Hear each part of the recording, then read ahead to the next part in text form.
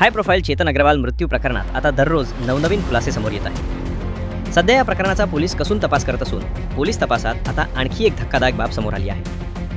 मिळालेल्या माहितीनुसार बालीचे नियोजित प्री वेडिंग फोटोशूट आणि महाबळेश्वर येथील वाढदिवसाची पार्टी या ठिकाणी केतनसोबत मुक्काम टाळण्यासाठी सिया गोयलने नाना तऱ्हा केल्याचे पोलिसांच्या चौकशीत समोर आले आहे. केतनचा पासपोर्ट गायब करणे आणि खुनाचा कट 18 जूनलाच रचणे या गोष्टी केवळ केतनसोबतचा मुक्काम टाळण्यासाठी केल्याचे आरोपींनी पोलिसांना सांगितले. पोलिसांनी दिलेल्या माहितीनुसार सिया गोयल आणि केतन अग्रवाल यांच्या विवाहाची तयारी अंतिम टप्प्यात होती. लग्नाचे ठिकाण निश्चित झाले होते तर इतर तयारीही पूर्ण झाल्या होती. 19 जूनला सियाचा वाढदिवस असल्याने महाबळेश्वर येथे मुक्कामासह सेलिब्रेशनचे नियोजन करण्यात आले होते. त्यासाठी हॉटेलचे बुकिंगही करण्यात आले होते.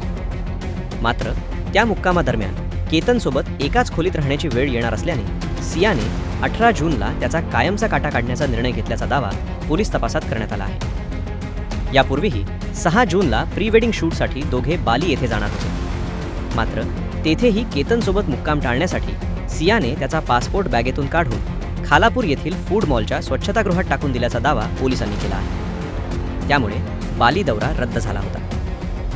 केतन अग्रवाल हत्या प्रकरणाच्या तपासाचा भाग म्हणून पुणे ग्रामीण पोलिसांनी रविवारी सकाळी संशयित सिया गोयलला कडेकोट बंदोबस्तात लोहगड किल्ल्यावर नेऊन क्राईम सीन रिक्रिएशन केले.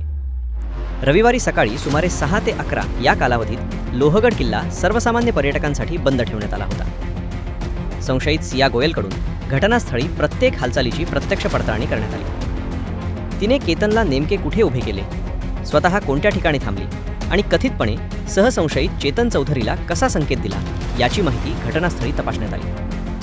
त्यानंतर फायबरच्या डमी पुतळ्याचा वापर करून तो दरीत फेकण्यात आला.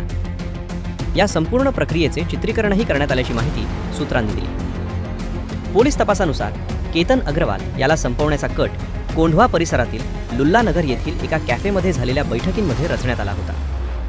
केतनला कुठे न्यायचे, कोणत्या ठिकाणी हल्ला करायचा, अपघाताचा आभास कसा निर्माण करायचा आणि संशय कसा टाळायचा याचे नियोजन आरोपींनी आधीच केल्याचा दावा तपासात करण्यात आला आहे.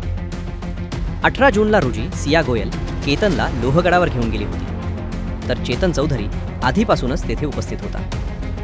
ठरलेल्या ठिकाणी पोहोचल्यानंतर सियाने खाली बसून चेतनला संकेत दिला.